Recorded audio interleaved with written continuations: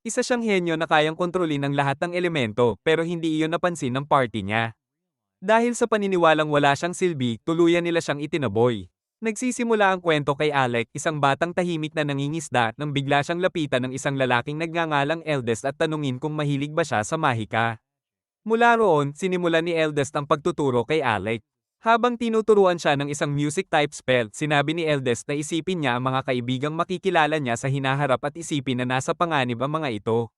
Sinunod ni Alec ang payo at nagawa niyang i-cast ang spell, pero para sa kanya, napakahirap nito dahil buong araw niyang inaral. Ayon kay Eldest, karamihan ng tao ay aabuti ng isang buwan bago matutunan iyon. Excited si Alec at gusto pa niyang matuto ng panibagong spell, pero sinabi ni Eldest na tapos na ang training para sa araw na iyon. Sa halip, nagdesisyon itong magpahinga at mangisda. Naiinis si Alec dahil gusto pa niyang magprakti ng mahika. Sinabi ni Eldest na likas na may talento si Alec at kahit wala siyang gawin. Balang araw ay magiging isang first-rate mage siya. Nagtaka si Alec kung bakit siya tinuturuan ni Eldest pero bago pa siya makasagot may humila sa fishing rod nito. Hindi alam ni Eldest kung paano hulihin ang isda kaya humingi siya ng tulong kay Alec at doon napansin ni Alec na kakaiba si Eldest dahil halos mahika lang ang alam nito. Nagpatuloy ang pagsasanay ni Alec hanggang isang araw ay sinabi ni Eldest na aalis na siya ng kabisera at pinayuhan si Alec na huwag kailanman maging court magician. Ibinunyag niya ang dahilan ng pagtuturo niya kay Alec, may utang na loob siya sa yumaong ina nito. Tahimik na pinanood ni Alec si Eldest habang papalayo. Pagkalipas ng ilang taon, nalaman ni Alec na top graduate si Eldest at naging court magician, ngunit kalaunan ay sinibak. Naisip ni Alec na yun marahil ang dahilan ng lungkot ni Eldest noon. Nagdesisyon si Alec na sundan ng yapak niya at nangakong babaguhin ang korte, ngunit matapos siyang maging court magician, sinibak din siya. Pinagalitan siya ng Crown Prince Regulus at sinabing trabaho niyang suportahan ang grupo gamit ang mahika, pero wala raw siyang naitulong sa huling laban. Habang nasa unahan si Regulus at ginagawa ng iba ang kani-kanilang papel, si Alec ay support magic lang ang ginamit. Sinubukan ni Alec na ipaliwanag ang kanyang mga desisyon, pero ayaw siyang pakinggan ni Regulus at inakalang support magic lang ang kaya niya. Sinabi ng party member na si Lenny na palaging pinapaatras ni Alec ang grupo kaya iniisip niyang natatakot lang itong lumalim sa dungeon at idinagdag pa na tinanggap lang naman siya dahil utos iyon ng hari. Napuno na si Regulus at sinabi niyang sawang-sawa na siyang mag-clear ng dungeon kasama ang pabigat na tulad ni Alec. Alam niyang mahusay si Alec sa Magic Academy at naging court magician, pero ayon sa kanya, wala itong narating ng mag-isa at palaging umaasa sa tulong ng iba. Gusto sanang makipag-usap ni Alec. Pero napansin ni Regulus ang dala nitong kutsilyo at nagalit dahil bawal sa karaniwang mamamayan ang magdala ng armas, kaya agad niya itong kinuha. Sinabi ni Alec na kakailanganin niya ng sandata sa mas malalalim na palapag, pero lalo lang nainis si Regulus at sinabi na sa party niya, dapat sumunod ka lang. Hinubad ni Regulus ang suot na robe ni Alec at sinabing hindi siya karapat-dapat maging court magician, sa kanila siya iniwan. Naiwan si Alec habang iniisip kung paano niya pinag-aralan ang lahat para masigurong handa si Regulus. Dahil alam niyang kapag umabot sila sa ika-30 palapag ng dungeon, may posibilidad na mamatay ito.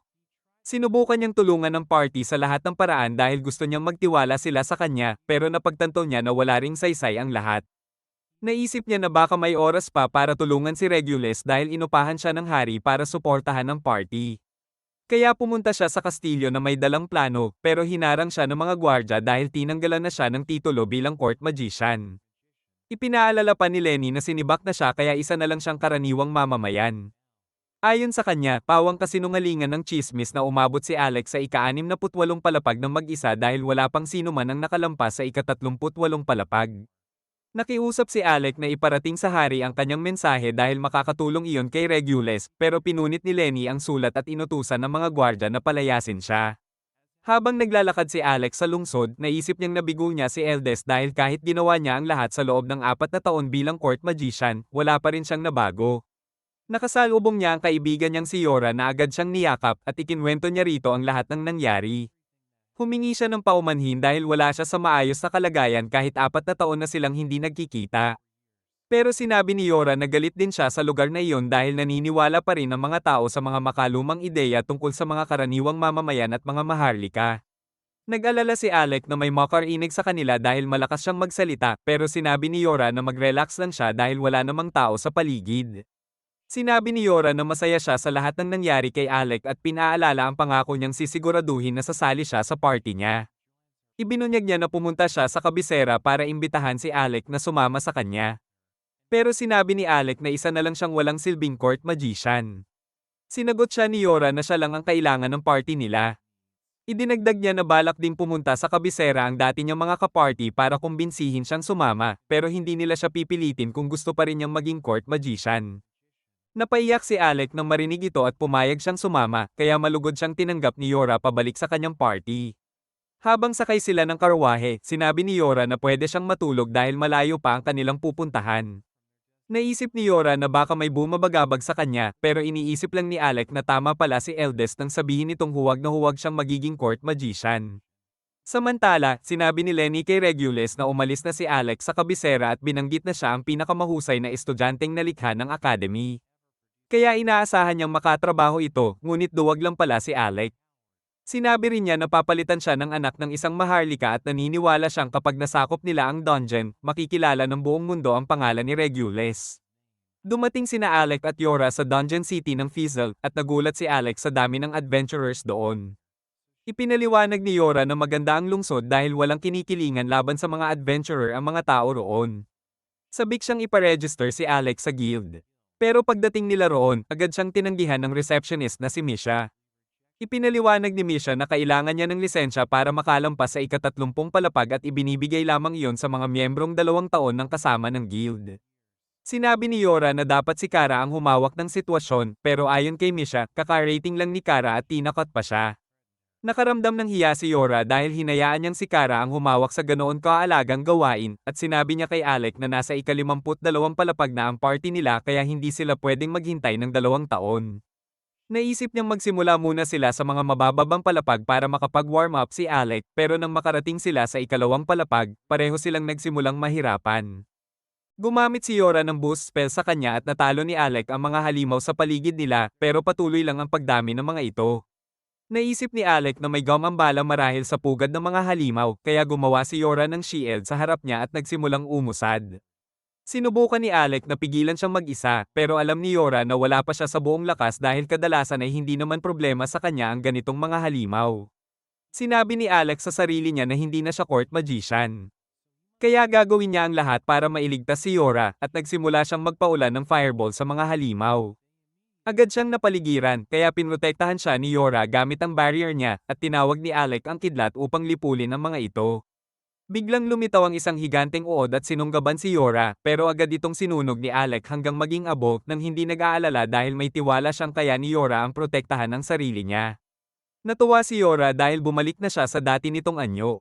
Bumalik ang kwento sa panahong nasa academy pa sila at lumaban sa isang halimaw na umatake sa party ni Yora gamit ang elemental breath nito. Hinarang yun ni Yora gamit ang mahika niya, pero napagod siya dahil ginagamit ng halimaw ang lahat ng 5 elemento. Pinagsama ni Alec ang mga elemento at nagpakawala ng isang napakalakas na energy beam na agad na sumire sa halimaw. Nagdiwang ang lahat sa kanilang tagumpay at natuwa dahil nakapagtala sila ng record sa pag-clear ng ika-68 palapag.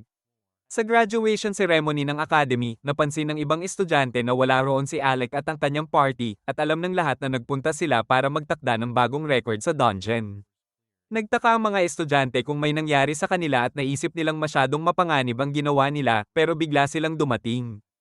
Nagulat ang lahat nang malaman nilang nalinis nila ang ika-68 palapag, at isang babaeng nagngangalang Rosa ang nag-abot sa kanila ng kanilang mga diploma. Tinawag nila siya sa palayaw niya, kaya nagalit siya at sinuntok ang mga ulo nila, pero patuloy pa rin nila siyang tinukso. Pagkatapos noon, sinabi ni Alex sa kanyang mga kaparty na balak niyang maging court magician. Inisip ni Kara na magandang desisyon iyon dahil malaki ang kikitain niya. Gusto ni Alec na kumita ng sapat para mapanatag ang loob ng ama niyang mag-isang nagpalaki sa kanya matapos mamatay ang kanyang ina. Kaya gusto niya itong suklian at gusto rin niyang gawin iyon para kay Eldest. Sinabi niyang akala niya noon ay magiging adventurer silang lahat pero napagtanto niyang walang kasiguruhan ang kita roon. Binanggit ng isang party member na si Ray na kung sasama si Alex sa kanila, magiging pinakamalakas silang party dahil sila ang 4 na pinakadakilang henyo na nakita ng Magic Academy. Sinabihan siya ni Kara na tumigil sa pagbubuhat ng sariling bangko, kaya nainis siya at sinabing kung ibang taon lang siya nag-aral. Siya sana ang top student. Sinabi ni Yora na kahit magkakaiba ang tatahakin nilang landas, babalik sila para kunin si Alec kapag naging sikat na party na sila, at nangako si Alec na makikipag-team muli sa kanila sa hinaharap. Sa kasalukuyan, nagdaos si Yora ng salo-salo para salubungin si Alec pero nalasing siya at nagsimulang magreklamo na muntik na siyang masunog dahil sa huli nitong atake. Patuloy pa rin siyang sinisigawan ni Yora pero kalaunan ay nakatulog din ito kaya isinuot ni Alec ang kanyang coat sa kanya para hindi ito ginawin. Biglang lumapit ang isang lalaking nagngangalang Stans at kinakausap si Alec pero binaliwala niya ang sinasabi nito dahilan para magalit si Stans at tangkain siyang hampasin ng bote. Agad gumawa si Alec ng shield para ipagtanggol ang sarili. Ibinunyag ni Stans na alam niya kung sino si Alec at nagtaka siya kung ano ang ginagawa ng isang elite tulad niya roon, sabay ipinakita ang isang lisensya. Sinabi ni Stans na ibibigay niya yon bilang kabayaran sa pagbuhos niya ng alak kay Alec pero kailangan muna niyang ipakita ang kanyang mahika. Nagtaka si Alec kung sino siya kaya ipinaliwanag ni Yora na siya ang guildmaster. Dinala sila ni Stan sa underground training arena ng guild at sinabi niyang kailangan siyang mapabilib ni Alec gamit ang mahika para makuha ang lisensya. Inisip ni Yora na hindi iyon ang tamang oras dahil kakagaling lang nila sa dungeon pero hindi tumanggi si Alec dahil ayaw niyang sayangin ang pagkakataon. Ipinakilala ng maayos ni Stans ang sarili at napagtanto ni Alec na isa pala siyang makapangyarihang mage na dating namuno sa isang S-rank party kahit matagal na iyon. Nagsimula ang laban ng atakihin ni Alex si Stans gamit ang lightning spell na sinagot naman ito ng water balls ngunit pareho nilang naiwasan ng mga atake.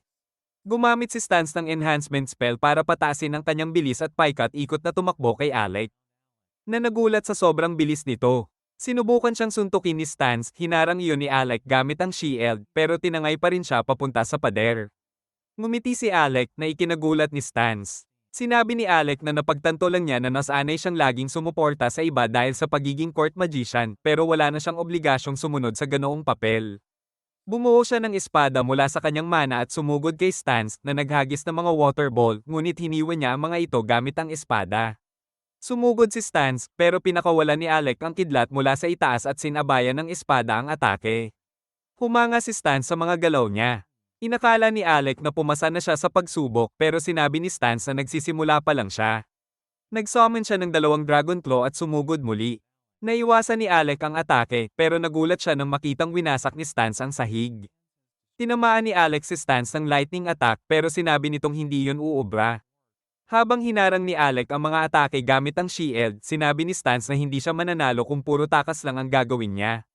Ginamit ni Stans ang espesyal na kakayahan ng mga claw para pagalingin ang sarili, kaya inatake siya ni Alec para pigilan ang pag-recover, pero sinabi ni Stans na mas galingan pa niya. Naiwasan ni Alec ang isang suntok at nakapalo siya, pero parang walang nangyari kay Stans at tuloy pa rin ang pag-atake. Gumamit si Alec ng shield at sinaksak si Stans ng espada, pero hindi nito nabutas ang balat niya. Tinangka siyang durugin ni Stans, pero naiwasan iyon ni Alec at muling nakapalo. Gayunpaman, bumagsak si Alec sa lupa dahil naubusan na siya ng mana at sinabi ni Stans na tapos na ang laban. Biglang dumating si Rain at tinawag na kahabag-habag si Stans dahil napilitan pa itong gumamit ng pinakamalalakas niyang kakayahan. Pero pinatahimik siya ni Stans at sinabing balak na rin naman niyang ipasa si Alec. Pagkatapos noon, sinabi ni Rain na may narinig siyang nangyari kay Alec sa korte at binanggit na matagal na siyang galit sa paniniwala ng mga tao sa kabisera na ang pinagmulan at titulo lang ng isang tao ang mahalaga. Namangha siya na natiis ni Alec ang lahat ng iyon sa loob ng 4 na taon pero nainis siya sa paraan ng pagtitig sa kanya ni Yora. Sinabi ni Yora na sang-ayon siya sa sinabi niya pero pinatahimik siya nito. Pumasok si Misha sa silid na halatang nagpapanik kaya agad siyang inilabas ni Stans. Nagtaka si Yora kung may nangyayari bang masama. Ikinwento niya kay Rain ang lahat ng pinagdaanan ni Alec at doon nagalit si Rain dahil napilitan si Alec na mag-alaga kay Regulus at hindi pa pinayagang magdala ng armas. Binanggit ni Yora na tinawag nilang walang silbi ang support magic ni Alec na ikinagulat ni Rain dahil hindi naman kailanman gumagamit ng ganoong mahika si Alec, ibig sabihin ay kinailangan niyang aralin iyon mula sa simula para lang makasabay kay Regulus. Sinabi rin ni Yora na tinawag siyang walang silbi at itinaboy mula sa party na lalo pang nagpaalab ng galit ni Rain. Maya-maya, nagising si Alec. Sinabi ni Yora na nakuha na niya ang lisensya na ikinatuwa niya dahil maaari na siyang sumama sa kanila sa dungeon. Ngunit sinabi ni Rain na dapat muna silang gumanti kay Regulus. Tumutol si Alec dahil hindi naman siya ganoon kagalit at pinaalala ni Yora kay Rain na bawal lumaban sa ibang party. Ayon kay Alec, ang pinakamagandang paraan ng pagganti ay ang magsaya sila bilang adventurers. Sumang-ayon si Rain at sinabing kapag naging pinakamalakas silang party, ang kabiserang hari mismo ang magmamakaawang humingi ng tulong sa kanila at sabik na siyang tanggihan ng mga maharlika. Naisip ni Alec na mas magandang maging pinakamalakas na party kaysa magbantay ng prinsipe. Samantala, nakita si Misha na ginagamot ang isang babaeng nagngangalang Krista. Sinabi ni Stans na kapag may problema ang isang S-rank party, problema iyon ng buong guild, kaya tinipon nila ang lahat ng adventurers na kaya sa maikling oras. Ipinaliwanag ni Stans na kailangan nilang bumuo ng rescue team para iligtas ang party ni Krista na Rekroma na natrap sa ika-64 na palapag. Samantala, nakipagkita si Kara kay Alec at tinanong kung bakit wala siya sa meeting. Ipinaliwanag ni Alec na para lang iyon sa mga ranked adventurers. Ginamo ni Kara ang mga sugat niya at sinabing lumapit siya sa kanya kung may bumabagabag sa kanya. Inamin ni Alec na hindi pa rin niya natatanggal ang mga nakasanayang asal mula sa korte at natatakot pa rin siyang gamitin ang buong lakas niya. Hinaplos ni Kara ang ulo niya para pakalmayin siya. Dumating sina Rain at Yora at sinabing isinama sila ni Stan sa rescue mission. Ibinigay nila ang detalye at ipinaliwanag na hindi pwedeng gumamit ng healing magic sa ika-64 na palapag kaya kailangan nila ng mga potion. Nagulat si Alec na pumayag si Kara na sumama, pero sinabi niyang tutol talaga siya at nanaig lang ang desisyon ni Rain. Tinawag niya itong tanga sa mga desisyon nito, pero sinabi ni Rain na huwag siyang magsinungaling dahil napagdesisyonan iyon sa botohan ng karamihan. Nagsimula silang magtalo habang sinasabi ni Yora kay Alec na kailangan nila ang tulong niya para talunin ang floor boss. Nasa kanya ang desisyon kung tatanggapin nila ang misyon dahil siya ang may pinakamahirap na gagawin. Pumayag si Alec kahit nag-aalala siyang medyo kinakalawang pa ang kanyang kakayahan. Sinabi ni Rain na kailangan na nilang magmadali bago pa makarating si Stans at ang party nito sa dungeon. Naiinis si Kara dahil parang backup lang sila ni Stans, pero wala itong problema kay Alec dahil pakiramdam niya ay extra na siya noon pa man. Sinabi ng iba na hindi iyon totoo dahil malinaw na sinabi ni Stans na papayagan lang silang sumama kung kasama si Alec. Ibig sabihin ay mananatili lang sana sila sa bahay kung wala siya. Pagkatapos noon, nagtungo sila sa dungeon habang sinasabi nilang sa wakas ay natutupad na ang matagal na nilang hiling na makapag-adventure muli ng magkakasama.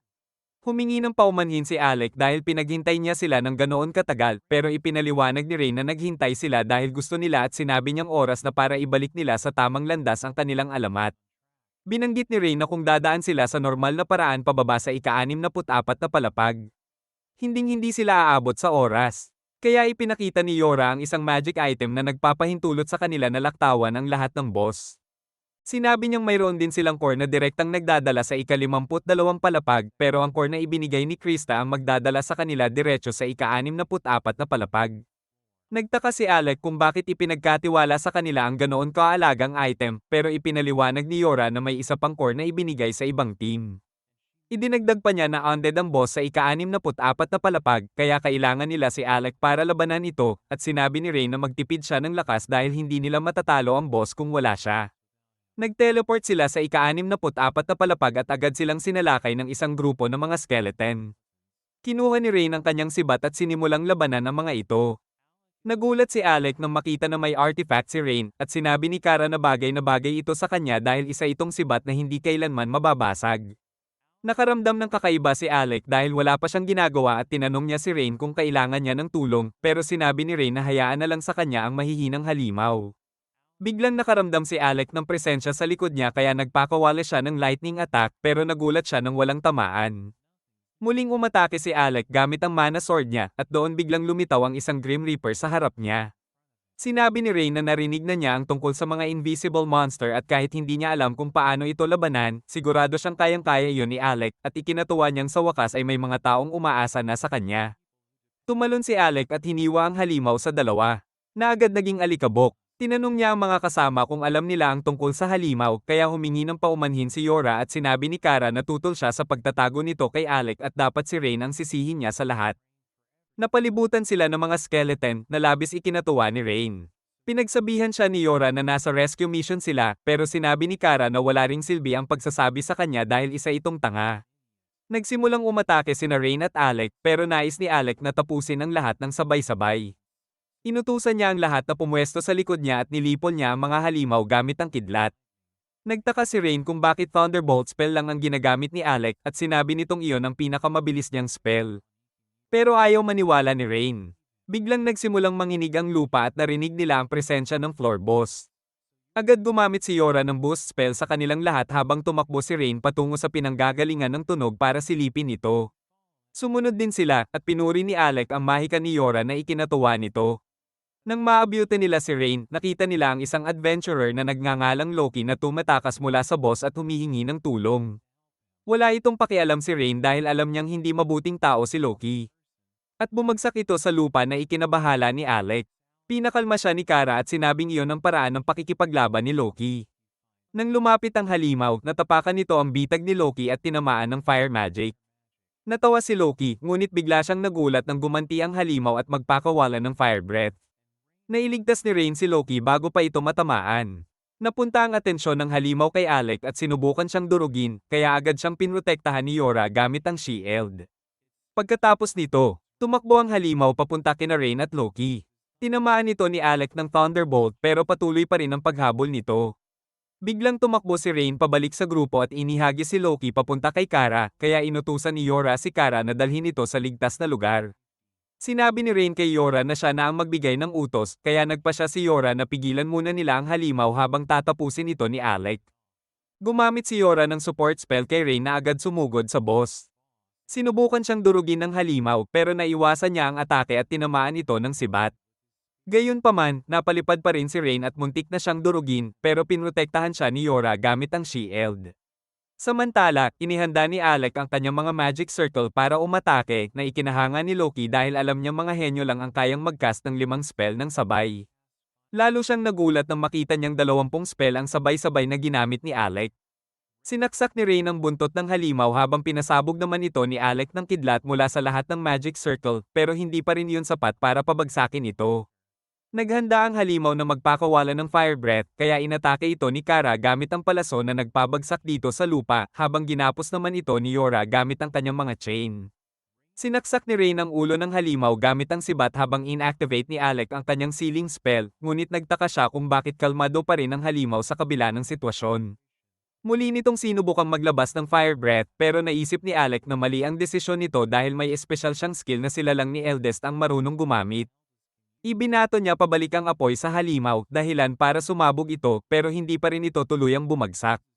Muli nitong sinubukang umatake kay Alec, ngunit sinunog niya ito ng inferno habang hiniwan ni Rain sa kalahati ang ulo nito. Nagdiwang ang grupo sa kanilang tagumpay, ngunit pinutol ni Loki ang sandali at sinabing alam niya kung sino si Alec. Binanggit niya ang mga chismis na si Alec raw ang mage na pumatay ng Hydra, at bagamat may mga hindi naniniwala, sigurado siya rito matapos makita ang tunay niyang lakas. Inamin ni Alec na hindi na siya court magician, na ikinagulat ni Loki at sinabi nitong napakabobo ng korte para pakawalan siya. Nagpasalamat si Loki kay Yora sa pagtulong at sinabing babayaran sila ng kanyang kapitan, pero sinabi ni Yora na wala naman siyang ginagawa ng mag-isa. Humingi rin si Loki ng mga potion dahil ibinigay na raw niya ang lahat ng dala niya sa kanyang party, at sinabi niyang tiyak na nakikipaglaban pa rin ang mga ito sa mas malakas na floor boss, na ikinagulat ng lahat. Doon nila napagtantong dalawa pala ang floor boss at inamin ni Loki na inutusan siyang gambling ang may mas mababang IQ.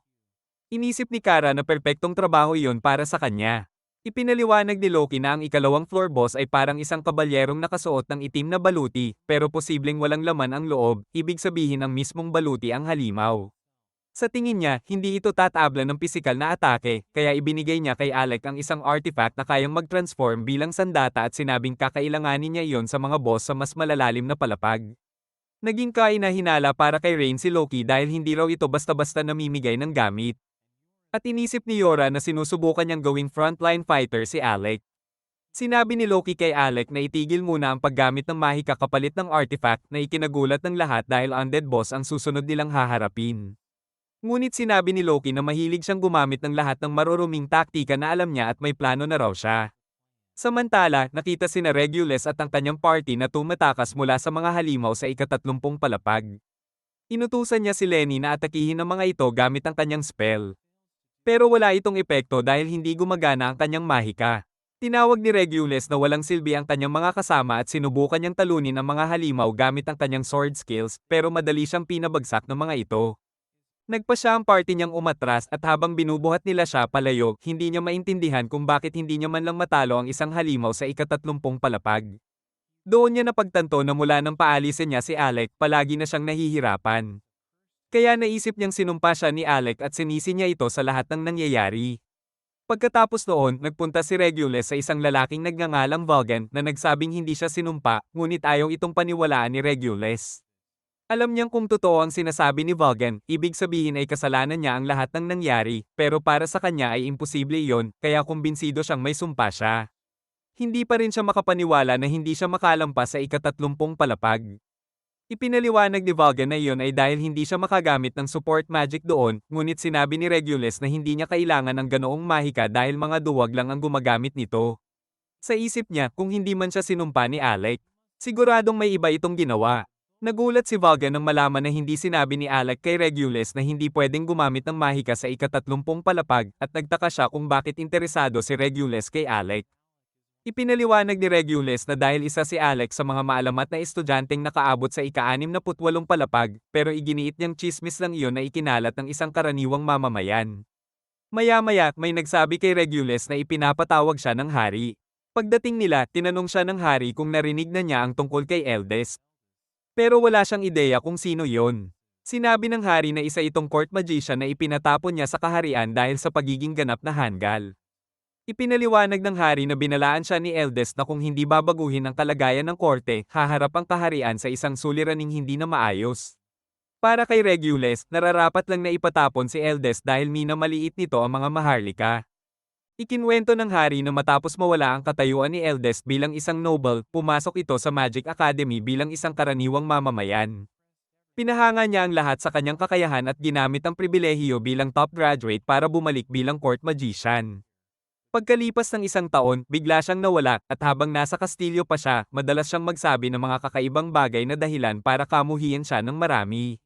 Sinubukan pa niyang baguhin ang pananaw ng hari tungkol sa mga karaniwang mamamayan na itinuturing niyang walang halaga. At ibinunyag niyang isa sa kanila ang nagligtas ng kanyang buhay. Tinanong ng hari si Regulus kung alam niya kung bakit siya ipinadala sa dungeon, at inakala ni Regulus na iyon ay para magkaroon siya ng karanasan. Ngunit sinabi ng hari na mali siya, at ipinaliwanag na gusto niyang malaman kung tama si Eldest at na panahon na para baguhin ang kaharian. Hindi maintindihan ni Regulus ang sinasabi ng hari. Ipinaliwanag ng hari na iniisip niyang baguhin ang sistema ng pagtatrabaho ng mga mamamayan upang masigurong patas na sinusuri ang lahat ng may talento. Ano man ang kanilang pinagmulan. Hindi sang-ayon si Regulus at sinabi niyang itinuro sa kanya ng hari na kahihiyan ang umasa sa tulong ng isang karaniwang mamamayan, at idinagdag niyang ang mga sugat niya mismo ang patunay na mali ang iniisip ng hari. Sinabi niya na lahat ng nangyari sa kanya ay dahil kay Alec, ngunit ipinakita ng hari ang mga tala na sinubukang iparating ni Alec, at laking gulat ni Regulus nang makita na iyon ay isang gabay kung paano talunin ang ika-30 palapag. Sinabi niyang hindi siya maganda ang pakiramdam kaya nagpaalam siyang umalis. At inutusan ng hari si Vaughan na bantayan siya. Paglabas ni Regulus ng silid, napaiyak siya nang mapagtantong hindi pala walang silbi si Alec, at naisip niyang siya mismo ang sobrang walang kakayahan kaya hindi kailanman sinabi sa kanya ni Alec ang katotohanan. Samantala, ipinaliwanag ni Alec na ang mga artifact ay may enchantment, ngunit imposibleng talunin ng isang undead na halimaw nang hindi gumagamit ng mahika dahil immune ito sa pisikal na atake. Sinabihan ni Rain si Loki na tigilan ng pag-uutos sa kanila, pero pinakalma sila ni Loki at ipinaliwanag na hindi niya gustong pigilan si Alex sa paggamit ng mahika sa buong laban. Doon napagtanto ni Yora na sinusubukan niyang palabase ang isang frontline fighter si Alex sa paningin ng halimaw. Sinabi ni Kara na hindi iyon masamang ideya, pero para sa kanya ay walang saysay ang mind games laban sa isang halimaw. Ibinunyag ni Loki na may talino ang kalaban, na ikinagulat nilang lahat at nahirapan silang paniwalaan ito hanggang sa makita nila mismo. Nilinaw ni Loki na hindi siya nag-uutos at hinihiling lang niya kay Alec na lumaban muna nang hindi gumagamit ng mahika hanggang sa ibigay niya ang Senadorius. Pumayag si Alec sa plano at humiling din kay Kara ng tulong sa teleportation magic.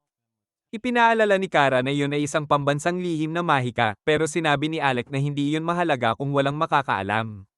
Habang gumagawa sila ng Magic Circle, napaisip si Alec kung anong klaseng tao si Loki. Sinabi ni Yora na hindi sila pwedeng magtiwala ng buo kay Loki, pero maaari pa rin silang umasa sa kanya. Ikinwento niya na ilang taon na ang nakalipas, si Loki ang naging commander ng isang search party sa isang napakapanganib na dungeon, at lahat ay nakabalik ng ligtas dahil sa kanya. Nagpasya si Alec na maniwala kay Loki at hinamon si Rain sa isang sparring match, pero sinabi ni Rain na tila kinakalawang na si Alec kaya magpapahinay-hinay siya. Nagulat si Loki kung gaano sila kalapit kahit 4 na taon na silang hindi nagsasama, at sinabi ni Kara na dahil iyon sa matagal na nilang pagkakaibigan. Nang i-activate nila ang Magic Circle, ipinaliwanag ni Loki na maaari lang silang mag-teleport sa mga lugar na may marka at binalaan silang mag-ingat. Nakararamdam ng nostalgia si Rain kahit may dagdag na kasama, at pabirong sinabi ni Loki na perpekto sana ang team nila kung wala lang si Rain. Nag-teleport sila sa harap ng boss at nakita nila ang dalawang miyembro ng party ni Loki na nakikipaglaban dito, ngunit walang epekto ang kanilang mga atake. Sumugod si Rain, pero naharang ang kanyang sibat at sinubukan ni Alec na atakihin ito mula sa likuran kaya tumalon ng halimaw para umiwas. Patuloy ang sagupaan at nang muling tumalon ng halimaw para iwasan ang atake ni Rain. Sinaksak niya ang balabal nito para pigilan ang galaw habang hiniwan ni Alec ang ulo nito. Akala nila tapos na ang laban pero patuloy pa rin gumalaw ang halimaw kahit wala na ang ulo nito at sumugod kay Alec na hirap itong pigilan. Napagtanto ni Alec na mas mabilis at mas malakas na ito ngayon, ibig sabihin ay nagpipigil lang ito kanina. Pinalakas ni Yora si Rain gamit ang buff spell at buong lakas niyang itinulak ang sibat patungo sa halimaw. Nahadlangan ang atake niya pero sinamantala ni Alec ang pagkakataon para tamaan ito ng kanyang espada. Dahilan para bumagsak ang halimaw sa lupa. Bumangon muli ang halimaw at inihulog si Alec pero agad na gumawa si Yora ng shield para hindi siya mabangga sa pader. Sinabi ni Loki na kailangan nilang pabagalin ang halimaw ng 5 minuto. Uminom si Alec ng potion at bumalik sa laban. Nang subukang sumama ni Yora, sinabi ni Loki na tulungan na lang niya si Alec. Uminom naman si Rain ng kanyang huling potion. Habang nagpapatuloy ang laban, sinabi ni Loki na sabik siyang makita si Alec pagkatapos ng 4 na taon. Ngunit nagtaka si Rain kung bakit palaging may seryosong mukha ito. Tinanong niya si Alec kung ano ang nangyari sa kanya. Kahit sinabi ni Alec na huwag siyang makialam, hindi tumigil si Rain hanggang hindi niya nalalaman ang katotohanan. Ipinaliwanag ni Alec na gusto niyang bayaran si Eldest sa pamamagitan ng pagbabago ng korte, kaya naging court magician siya, ngunit hindi niya nagawa ang anumang bagay. Para kay Rain, iyon na mismo ang mahalaga, at ang katotohanang nanatili siya sa korte ng 4 na taon ay kahanga-hanga na nagpatulo ng luha kay Alec. Biglang inactivate ni Loki ang isang malaking magic circle. Sumugod ang halimaw at sinipa si Loki, pero illusion lang pala yon para mahulog ang halimaw sa ice trap.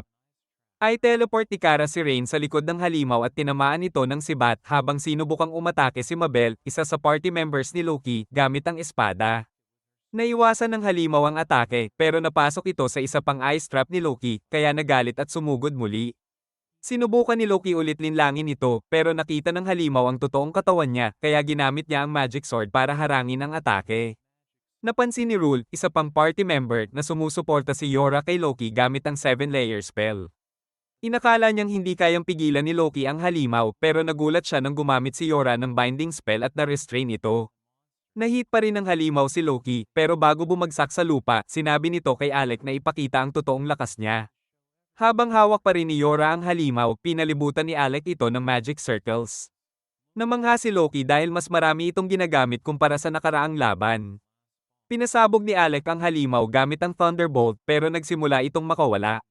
Hindi makapaniwala si Rain na buhay pa ito. Sinubukan ni Alec gumawa ng mas maraming magic circles pero naubos na ang kanyang limit. Hindi nagulat si Loki dahil marami na siyang nakast na spells. Naalala ni Alec kung paano siya pinatalsik ni Regulus, ngunit tinanggap siya ng kanyang mga kaibigan sa party dahil naniniwala sila sa kanya kaya hindi niya gustong pabayaan sila. Pinilit niya ang sarili at pinagsama ang magic circles para summon ng isang lightning beast na ikinagulat ng lahat. Nilusob ng halimaw ang mga tanikala pero pinagigpitan ito ng beast at nadoraj gamit ang mga pangil. Bumagsak si Alex sa lupa pero masaya siya dahil naprotektahan niya ang mga kaibigan. Sinabi ng mga kasama na natutuwa silang bumalik siya. Pinapaalala ni Rain ang laro nila kung saan ang mauna bumagsak ay talo at may penalty. Napagtanto ni Alec na pinabagsak siya ni Rain para manalo ito pero alam niya na hindi patas ang laro. Kaya nagpatawad siya at sinabing pwede siyang lapitan anumang problema bilang penalty. Sumali ang party ni Loki at nagpasalamat si Rule sa kanya sa pagsagip habang inimbitahan siya ni Mabel na sumama sa isa pang dungeon. Ngunit sinabi ni Yora kay Mabel na may party na si Alec. Sinabi ni Loki na siya ang pinakamahusay na mage na nakilala niya at alam niyang hindi nila matatalo ang boss kung wala si Alec at ang kanyang mga kaibigan. Kaya naisip ni Rain at Kara na may utang siya sa kanila. Pumayag si Loki na bayaran ng utang at tinanong si Alec kung gusto niya ng recommendation. Pero hindi alam ni Alec kung ano yon. Kaya ipinaliwanag ni Rule na kailangan iyon para ma-promote sa S-rank. Nangako si Loki na aayusin iyon at nagdesisyon si Ray na maniwala sa kanya dahil hindi siya katulad ni Loki na walang pinagkakatiwalaan. Nagpasalamat muli si Rule kay Alec bago siya magpaalam at nagdiwang ang kanyang party dahil natapos nila ang misyon. Bumalik si Alec kay Misha na hindi makapaniwala na natalo ng kanyang party ang floor 64 boss at napansin niyang hindi nakarating si Stan sa oras. Ibinigay niya kay Alec ang kanyang reward at handa na itong umalis pero hinarang siya ni Stans at sinabing may bisita siya. Nakita niya si Vagan na naghihintay at tinanong kung bakit hindi niya tinuruan si Regulus kung gaano siya kaina. Ipinaliwanag ni Alec na wala siya sa posisyon para tadluhan ito. Sinabi ni Vagan na pinalitan siya ni Alec pero ayaw niya sa trabaho dahil palagi siyang nagbabantay kay Regulus. Binanggit niya na nasugatan si Regulus nang pumunta siya sa floor 30 pero nakabawi na ito at hinahanap siya ngayon. Sinabi ni Vagan na naghihintay ito sa underground arena at gusto ni Alec na makaharap siya, kaya dinala siya ni Vagan doon. Napansin niya na puno ng pride si Regulus at iniisip ni Alec na normal lang iyon sa mga maharlika, pero sinabi ni Vagan na isa rin siyang noble at hindi siya katulad ni Regulus. Nakita nila si Regulus sa arena at sinabi nitong hinihintay siya ni Alec dahil gusto ng hari na baguhin ang kaharian para magsimulang makipagtulungan ang mga noble sa mga commoner. Pero hindi natuwa si Regulus dahil iniisip niyang hindi sila pantay at alam niyang hindi mauunawaan ni Alec ang nararamdaman niya dahil isa lamang itong commoner. Aminado si Alec na hindi niya nauunawaan si Regulus pero sinabi niyang mali ang pag-iisip nito dahil hindi nakikinig ang mga noble sa mga commoner kahit alam nila ang tama. Tumanggi si Regulus na magbago at naghanda siyang labanan si Alec, sinasabing patutunayan niyang hindi kailangan ng mga noble ang tulong ng mga commoner.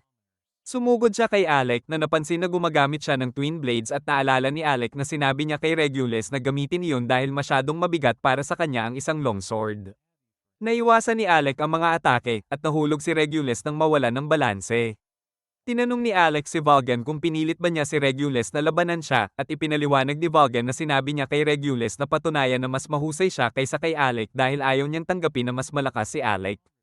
Bumangon si Regulus at nagpatuloy sa pag-atake kay Alec habang ipinapakita ni Vagan na tinuruan niya si Regulus kung paano lumaban gamit ang twin blades dahil determinado itong talunin si Alec.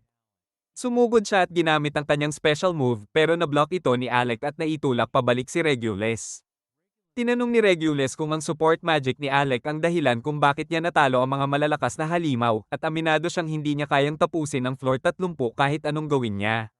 Ngunit nabasa niya ang report na iniwan ni Alec para sa kanya at ito ang ikinagalit niya dahil napaka-perpekto nito, isinasaalang-alang pati ang kanyang personalidad at kilos. Iniisip niya na patunay iyon na henyo si Alec pero kailangan niyang patunayan na mas mahusay siya dahil isa lamang itong commoner.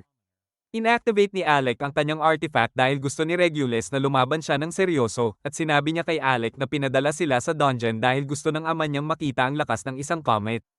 Sinabi ni Regulus na parehong ginamit sila para sa eksperimento, pero napagtanto ni Alec na iyon pala ang dahilan kung bakit tinuring siyang tao ng hari, at naisip niyang hindi na sayang ang 4 na taong ginugol niya bilang court magician. Sinabi niya kay Regulus na maghanda na at sumugod gamit ang kanyang espada. Pero nagpanik si Regulus at pumikit. Nahulog ang kanyang mga armas sa lupa at napagtanto niyang pinatawad siya ni Alec. Nagtaka siya kung bakit hindi siya tinamaan ni Alec kahit hindi siya pinabuti ang Traito sa kanya. Aminado siya na hindi niya alam ang gagawin dahil lagi niyang pinagkakatiwalaan ang sarili pero ngayon alam niyang hindi siya mahusay na mandirigma. Humingi siya ng payo kay Alec at natuwa si Alec dahil sa wakas nakinig na ang isang comer sa kanya. Humingi ng tawad si Regulus sa lahat ng ginawa niya kay Alec. At sinabi ni Alec na hindi niya alam kung paano sagutin iyon at sinabi niya kay Regulus na siya lang ang makakasagot sa sarili niyang tanong. Inalok ni Alec na tulungan siyang tumayo pero tumanggi si Regulus at sinabi na kalma na siya. Sinabi ni Regulus kay Vagan na ibigay sa kanya ang court magician's robe at ibinalik niya ito kay Alec habang ipinakita ni Vagan ang liham ng hari na nagsasabing bukas ang posisyon para sa kanya pero tumanggi siyang bumalik bilang court magician dahil may rule ang bagong party niya na hindi pwedeng umalis at sinabi niyang ayaw niyang iwan ang kanyang party. Sinabi niya kay Vagan na pasalamatan ng hari para sa kanya dahil nagustuhan niya ang 4 na taon bilang court magician. Ngunit ibinalik pa rin ni Regulus ang kanyang robe at sinabi kay Vagan na oras na para bumalik sa kabisera. Inisip ni Regulus na hanggal si Alec sa pagtanggi sa kabutihan ng hari at sinabi ni Alec na isa lamang siyang walang silbi na commoner kaya tinawag siya ni Regulus na hanggal. Napagtanto ni Alec na nagkasundo sila sa wakas sa isang bagay at ngumiti si Regulus habang umaalis at parehong natuwa sila sa kinalabasan. Humiling si Alex sa mga kaibigan na ipakita sa kanya ang fizzle, pero sinabi ni Rai na hindi niya pwedeng gawin iyon dahil hindi maganda ang pakiramdam niya, at sinabi ni Kara na may kailangang gawin. Umalis silang dalawa sa silid pero napagtanto ni Yora na sinusubukan nilang tulungan siya. Humiling si Alec kay Yora na ipakita sa kanya ang paligid ng bayan at pumayag siya. Dinala niya ito sa palengke kung saan nakita nila ang mga nagtitinda ng kagamitan at item para sa mga adventurer, pero binalaan niya si Alec na mag-ingat dahil maraming manloloko. Sa huli, bumili siya ng junk sa mga nagtitinda at isa sa kanila ang nagpakita ng kakaibang bato, sinasabing gamot ito na makakatulong sa kanya na lumaban ng ilang araw nang hindi natutulog. Naniniwala siya agad pero hinayla siya ni Alec palayo. Nakapunta sila sa isang kafe para magpahinga at nagtanong si Alec kung bakit ayaw ni na Rain at Kara kay Loki. Sinabi ni Yora na pabaya at kalat si Rain pero lagi niyang inaalagaan ang kanyang sandata. Naalala nila na palaging nililinis niya ang kanyang sibat pagkatapos ng dungeon trips at ayaw palitan ito dahil pinagkakatiwalaan niya ito sa kanyang buhay. Ibinunyag ni Yora na 2 taon na ang nakalipas, nakipaglaban siya sa isang floor boss para iligtas ang isang A-rank party at nasugatan siya. Tinulungan sila ng Rec Roma para talunin ito at pinilit ni Rain na magkunwari na hindi siya nasugatan pero napagod ang kanyang mga binti sa daan pauwi at nawalan siya ng malay. Dinala ni na Loki at Ro pabalik si Rain. Pero inisip ni Loki na walang silbi ang kanyang sibat kaya itinapon niya ito. Nagalit si Rain nang malaman niya iyon pero sinabi ni Loki na disposable lang ang mga sandata na lalo siyang nagalit. Idinagdag ni Yora na maayos magplano si Loki habang gumagamit si Rain ng instinct para makaligtas sa gulo, kaya inisip niya na hindi sila kailanman mag-uugnay ng maayos. Nagtaka si Alec kung bakit ayaw rin ni Kara kay Loki at sinabi ni Yora na naiirita siya rito at iniisip pang troublemaker. Nagpatuloy sina Alec at Yora sa paglibot sa bayan at nakita nila ang isang rare item na nagpapalakas ng magic power. Gusto sana itong bilhin ni Yora pero naisip niyang hindi niya kayang bayaran, kaya binili ito ni Alec para sa kanya at nangakong iingatan niya ito. Nagpatuloy silang mag-enjoy sa kanilang oras at habang pinagmamasdan ang paglubog ng araw, sinabi ni Alec na gusto niya ang fizzle dahil nararamdaman niyang siya talaga ay isang adventurer. Nagtaka si Yora kung gusto pa rin niyang sumama sa kanyang party dahil iniisip niya na gusto niyang bumalik sa kabisera. Pero sinabi ni Alec na gusto niyang manatili sa kanyang mga kaibigan at gawin ang kanilang party na pinakamalakas. Natutuwa siya sa narinig at sinabi na si Alec ay tipong palaging itinatago ang nararamdaman, kaya natuwa siya na nagsimula na siyang magsalita ng tapat. Sinabi ni Alec na gusto niyang pag-usapan ang kanyang tunay na damdamin, kaya nag-fluster si Yora at naghanda na halikan siya, pero ipinaliwanag niya na dahil natalo siya sa laro kay Rain, hindi na siya pwedeng magtago ng nararamdaman. Napansin niyang naiinis si Yora, kaya tinanong niya kung ano ang problema, pero sinabi ni Yora na wala at isinumpa si Rain. Kinabukasan, gin-icing ni Rain si Alec at napansin na nag-aral ito buong gabi. Sinabi ni Rain na maghanda na dahil maaga nagsisimula ang araw ng isang adventurer. Kaya nagbihis si Alec at tinanong si Rain kung gusto niyang simulan sa karaniwang paraan. Nag-sparring match sila, at sinabi ni Yora na masyado pang aga para lumaban, pero sinabi ni Alec na kailangan niyang makahabol sa kanyang mga kaibigan dahil wala siya sa loob ng 4 na taon. Naputol ni Rain ang kanyang espada, kaya inamin ni Alec ang pagkatalo, pero hinamon siya ni Rain na lumaban gamit ang kanyang artifact at malapit na silang magbanggaan, pero sinabi ni Yora na huminto muna bago may masaktan. Biglang sumali si Loki at nag-alok ng payo. Nagsimula silang umalis, pero ibinunyag niya na ibinigay niya sa kanila ang S-rank recommendation. Napagtanto nila na isang S-rank ID ito, pero tumanggi siyang ibigay hanggat hindi humihingi si Rain. Biglang tinamaan siya ni Krista at humingi ng tawad sa kanyang asal. Ibinigay niya ang ID at sinabi ni RL na inirekomenda ng R Chroma ang kanilang party sa Guildmaster kaya na-promote sila sa S-rank. Sinabi niya kay Alec na pwede nang pumasok ang mga S-rank party sa Arcane Dungeon. At sinabi ni Rule na isang challenging dungeon ito at mas delikado pa kaysa sa floor 64. Sinabi nila kay Alec na tawagan sila kung kailangan niya ng tulong dahil pakiramdam nila may utang pa siya sa kanila sa pagsagip sa kanila, pero biglang inimbitahan ni Loki ang lahat para magdiwang. Sinabi ni Yora at Kara na siya ang magpapatakbo ng gastusin. Sinabi niya na kailangan niyang umalis para dumalo sa meeting pero sinabi ni Krista na nagsisinungaling siya, kaya hinatak nila siya palayo. Pumunta sila sa isang tavern at nagsimulang uminom, at hindi makapaniwala si Alec na S-rank na ang kanilang party. Sinabi ni Rain na itigil ang pagdududa sa sarili at sinabi na nagsisimula pa lang sila, pero hindi natuwa si Loki dahil lahat ay umiinom ng pinakamahal na inumin. Pagkatapos nito, nakikita natin na lasing na si Yora at sinabi ni Kara kay Alec na masaya siya dahil pinili niyang manatili sa kanila sa halip na bumalik sa kabisera. Biglang tumawag si Misha kay Kara at sinabi na kailangan nila ang tulong niya. Nagpagaling siya sa mga nasugatang adventurer at nagpasalamat si Misha sa kanya dahil napuno ang trabaho ng kanilang mga healer dahil maraming nasugatan. Nagtaka siya kung ano ang nangyari sa kanila. Ibinunyag ni Misha na inatake sila ng mga kriminal mula sa Shadow Guild at ipinakita ni Stan kay Kara ang isang nasugatang adventurer na si Olivia. Napansin ni Kara na sobrang kondisyon ni Olivia kaya kailangan niyang alagaan ito buong gabi. Bigla namang humawak si Olivia kay Kara at tinanong siya kung natatandaan niya ang nangyari. Sinabi ni Olivia na kailangan niyang hanapin ang isang traitor at pinapagawa kay Kara na pagalingin siya para makilos agad, pero sinabi ni Kara na kailangan niyang magpahinga muna. Sinubukan ni Olivia na maging matapang pero bigla siyang bumagsak. Kaya sinimulang gamutin ni Kara ang kanyang mga sugat at napansin na marami siyang lumang peklat na nagpapatunay na nakaligtas siya sa napakaraming laban. Alam ni Kara na mula siya sa Nameless Party at isa sa pinakamahusay na sword fighter sa Fizzle. Nagtaka si Kara kung sino ang gumawa nito sa kanya at ginamit ang healing spell para sa kanya. Kinabukasan, nakikita natin si Alex sa library habang sinusuri ang records ng Arcane Dungeon pero biglang dumating si Lur. Ibinunyag nito na kilala niya si Alec at tinanong kung ano ang maitutulong niya. Sinabi ni Lur na gusto niya ng espesyal na parfait sa cafe. Pumunta sila roon at kumain si Lur ng marami pero sinabi ni Alec na magdiretso na siya sa punto dahil pakiramdam niya niloloko siya. Ibinunyag ni Lur na miyembro siya ng S-rank party na tinatawag na Nameless at narinig niya kung paano naabot ng party ni Alec ang S-rank pagkatapos sumali siya kaya gusto niyang makilala siya. Iniisip niya na perfect si Alec para sa kanilang susunod na misyon at iniimbitahan siya na sumama sa raid sa Labyrinth Dungeon. Binisita ni Kara si Olivia at napansin na nagpa-practice na ito ng swings. Sinabi ni Kara kay Stans na pigilan siya pero ipinaliwanag nito na hindi siya makikinig. Sinabi ni Kara na humiga na siya dahil sugatan pa siya. Nagtaka si Stans kung sino ang umatake sa kanya pero tumanggi si Olivia na sagutin at pinapagawa kay Kara na gamutin ang kanyang binti. Sinabi ni Olivia kay Stans na umalis na siya sa kwarto at ginamo ni Kara ang binti ni Olivia, sinasabing makakalakad na siya agad pero kailangan pa ng panahon para tuluyang gumaling. Humingi siya ng paumanhin kay Kara sa kanyang pagiging bastos at nangakong babayaran ito pero biglang hinalikan niya ang noo ni Olivia bilang charm para tulungan siyang mag-relax. Naalala niya kung paano ginagawa iyon ng kanyang ina para pasayahin siya at sinabi kay Kara na uhaw siya, kaya binigyan niya si Olivia ng tsaa. Sinabi rin ni Olivia na gutom siya kaya umalis si Kara para kumuha ng pagkain pero nilagyan ni Olivia ng droga ang kanyang tasa. Samantala, sinabi ni Alex sa kanyang mga kaibigan tungkol kay Lur. At nalaman natin na hindi pa niya tinatanggap ang alok nito. Napansin ni Ray na mukhang bata si Lur pero mas matanda pala siya kaysa sa kanila lahat na ikinagulat ni Alex. Ibinunyag ni Yora na isa siyang elf. Naalala ni Alec na sinabi niya na pupunta ang Nameless sa floor 72 at plano nilang mabilis itong i-clear para makuha ang dungeon core sa huling floor.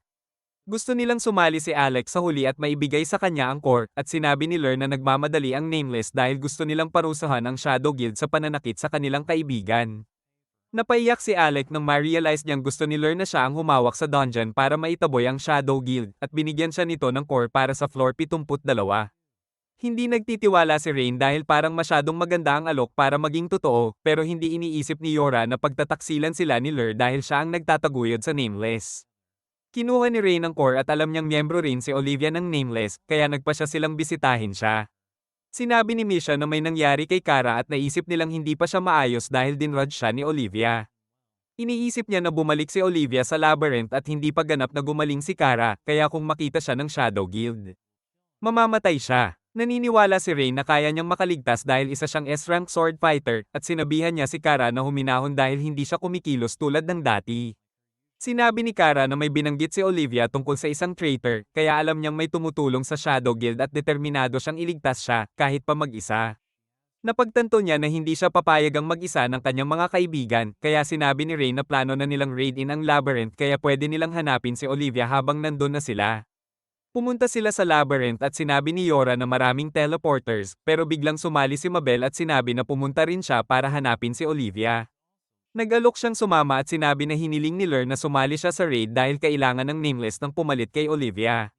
Sinabi niya na parehong S-rank sword fighter sila, pero bigla niyang hinipo si Alec at sinabi na gusto niyang makita ulit ang kanyang magic. Naiinis si Yora at sinabi na hindi nila kailangan si Mabel dahil mahalaga ang team dynamic ng party.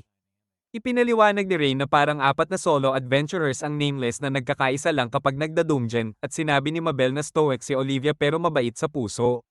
Sa flashback, nakikita si Olivia na nagpa-practice ng swings pero nagtaka kung bakit kasama siya ni Mabel.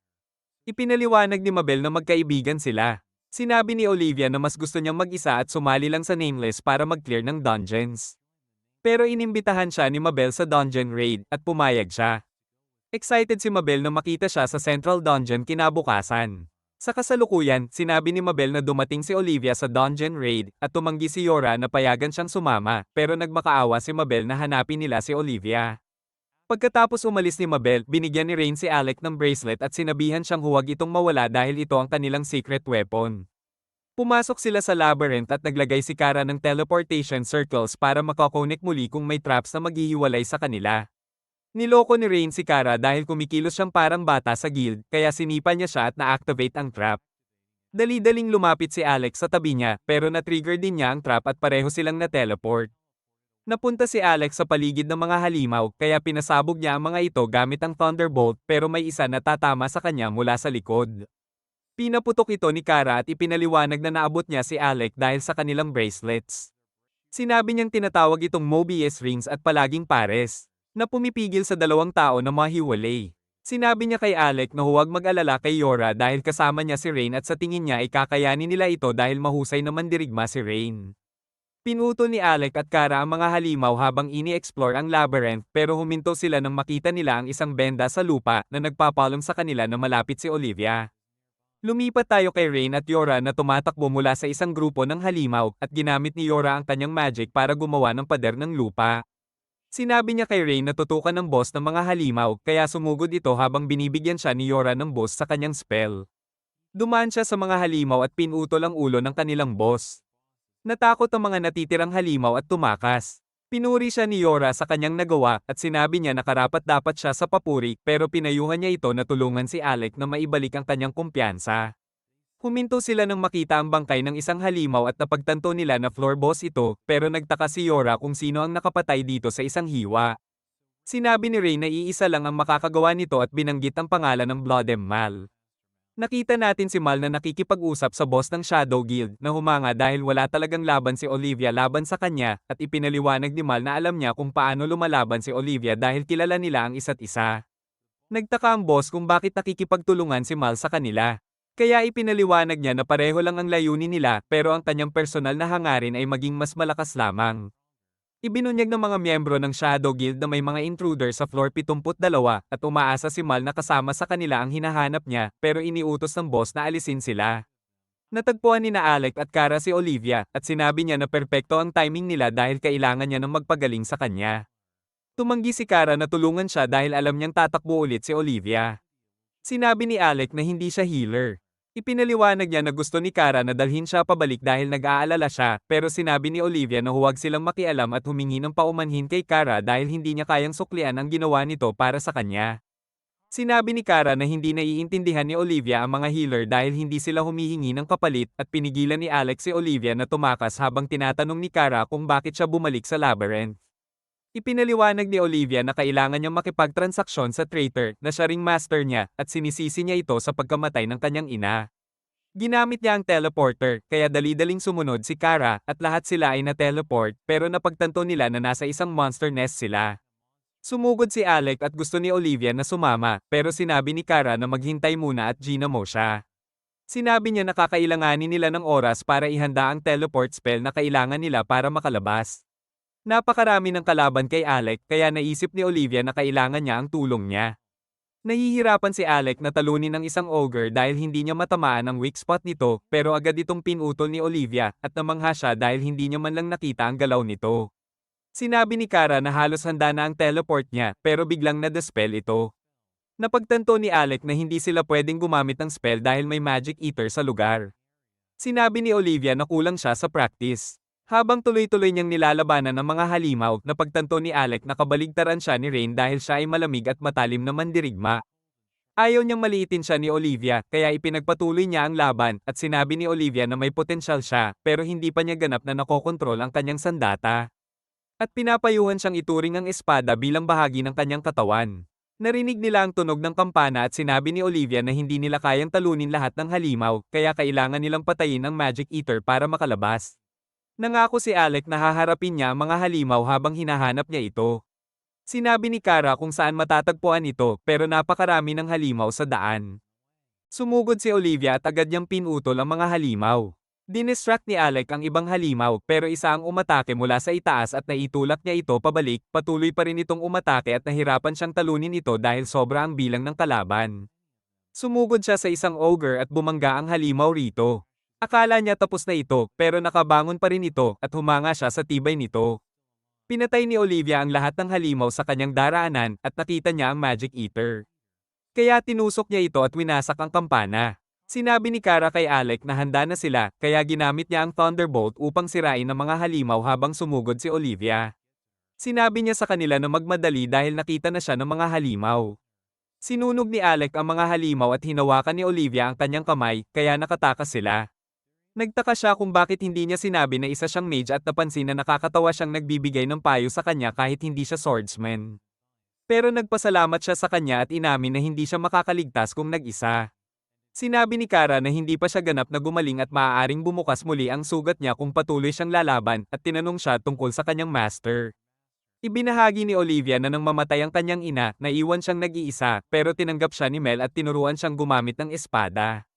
Pinalaki siya nito na parang sariling anak at higit sa lahat ay pinagkatiwalaan niya si Mel. Matapos niyang talunin ng isang grupo ng halimaw, bigla siyang inatake ni Mel na para bang papatayin siya at inamin nito na siya ang pumatay sa kanyang ina. Nakaligtas siya at nalaman na miyembro ito ng parehong party ng kanyang ina kaya hindi siya makapaniwala na hinangaan niya ang pumatay sa kanyang ina sa loob ng maraming taon. Ipinakita niya kay Alec at Kara ang peklat na ibinigay ni Mel at sinabi na kinuha nito ang lahat sa kanya. Binigyan siya ni Alec ng kanyang robe at sinabi na humanga siya sa paraan ng kanyang pakikipaglaban. Naunawaan niya kung paano ito naramdaman dahil alam niya kung ano ang pakiramdam na wala nang natitira, pero ipinakita ng kanyang mga kaibigan na mali iyon. Ibinahagi ni Olivia na wala siyang kaibigan, pero sinabi ni Alec na nais ni Lern na gantiin ang Shadow Guild sa pananakit sa kanya, at sinabi ni Kara na hindi niya mababago ang nakaraan, pero pwede siyang pagalingin kapag nasugatan. Alam ni Olivia na tinulungan siya ni Lur at Mabel, pero iniisip niyang hindi nila alam kung gaano kas-index si Mel, kaya sinabi ni Alec na sila ang lalaban sa kanyang lugar. Bumalik tayo kay Rain na nagsabi na ayaw niya sa dungeon dahil sa dami ng traps at pinaalalahanan siya ni Yora na huwag hawakan ng lahat ng nakikita niya. Nag-aalala siya kung maayos sina Alec at Kara at baka makita nila ang taong nakatalo sa floor boss, pero pinatahimik siya ni Rain nang marinig niya ang mga papalapit na tao. Lumabas ang mga miyembro ng Shadow Guild at isa sa kanila ang nakatagpo ng isang core habang papalapit kay Yora at Rain. Akala nila baliw siya kasi bawal talagang kainin ang mga core. Narealize niya na sila pala ang mga intruder, kaya iniutos niya sa kanyang mga tauhan na atakihin sila pero hindi sila makalaban. Sinabi ni Rain na hindi siya pinatatag ng core na kinain niya. Tinanong ng lalaki kung hinahanap nila ang dungeon core sa pinakailalim na floor pero tumanggi siyang sumagot. Ginamit ni Yora ang kanyang chains para pahirapan siya, kaya umamin ang lalaki na inutusan sila ng boss nila na nakawin ang core. Tinanong ni Yora kung kilala niya si Mal at sinabi ng lalaki na kasamahan niya ito. Alam ni Rain na hindi sila ang may kontrol at iminungkahi niyang dalhin sila sa guild. Biglang yumanig ang lupa at ipinakita ng lalaki na nakuha niya ang kapangyarihan ng dungeon core sa pamamagitan ng pagkain nito. Nagkabasag bulag ang lupa habang ibinubugan niya ang kanyang kapangyarihan at nawalan ng malay si Yora, pero nakatakas siya at dinala palayo si Yora. Sabi niya, sa wakas, nakuha na niya ang hinahanap niya at agad itong sinundan ni Rain. Dadalhin niya si Yora sa pinakailalim ng dungeon. Lumipat tayo kay Alec. Ipinapaliwanag niya kay Olivia na dati siyang court magician at masaya siya sa pag-aaral ng magic. Sabi ni Olivia, tama ang desisyon niya na maging adventurer. Pero sinabi ni Kara na wala pa ang kanilang mga kaibigan at nagdesisyon silang magkita doon kung sakaling maghiwalay sila. Nakakita sila ng malaking butas at mukhang kakaiba. Tumalon si Olivia at natagpuan ang sombrero ni Yora, kaya na-realize nila na nandyan na siya.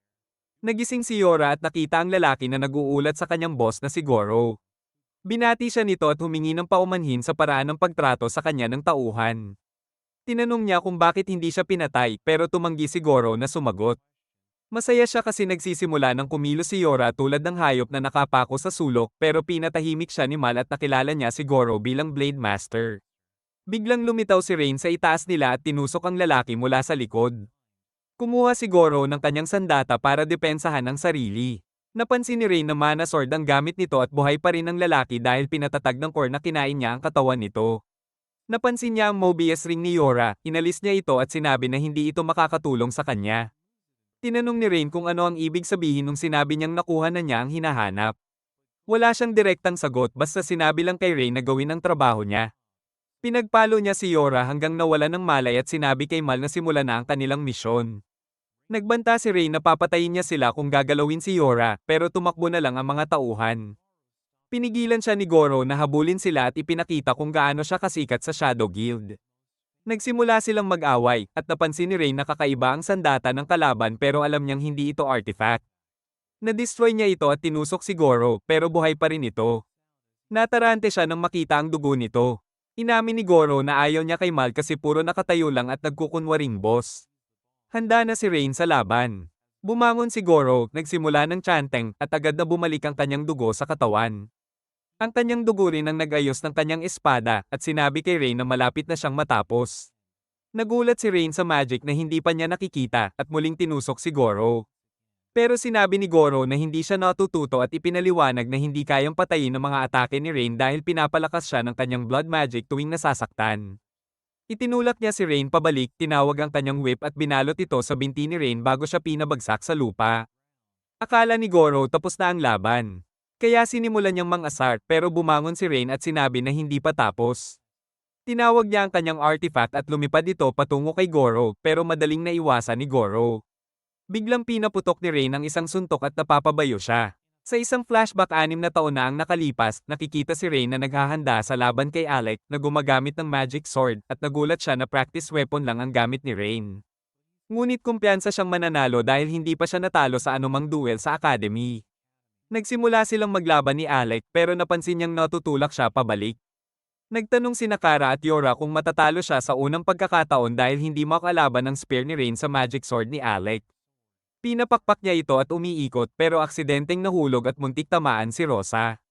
Naghanda si Rain na lumaban gamit ang kanyang kamao pero pinutol ito ni Rosa at sinabihan silang tigilan ang gulo. Pagkatapos, naisip ni Alec na sinadya ni Rain na bitawan ang kanyang sandata para mailigaw siya at ipinaliwanag na talino ang plano ni Rain dahil ang magic swords ay kumakain ng mana ng gumagamit kaya mahina sila kapag hindi nakatutok. Nagpanggap si Rain na hindi niya aksidenteng nahulog ang sandata at tinawag ang sarili niyang henyo, pero iniisip ni Alec na pinipilit lang niyang patunayan sa sarili. Bumalik sa kasalukuyan, ipinagpatuloy ni Rain ang pag-atake kay Goro habang iniisip na henyo si Alec sa offensive magic.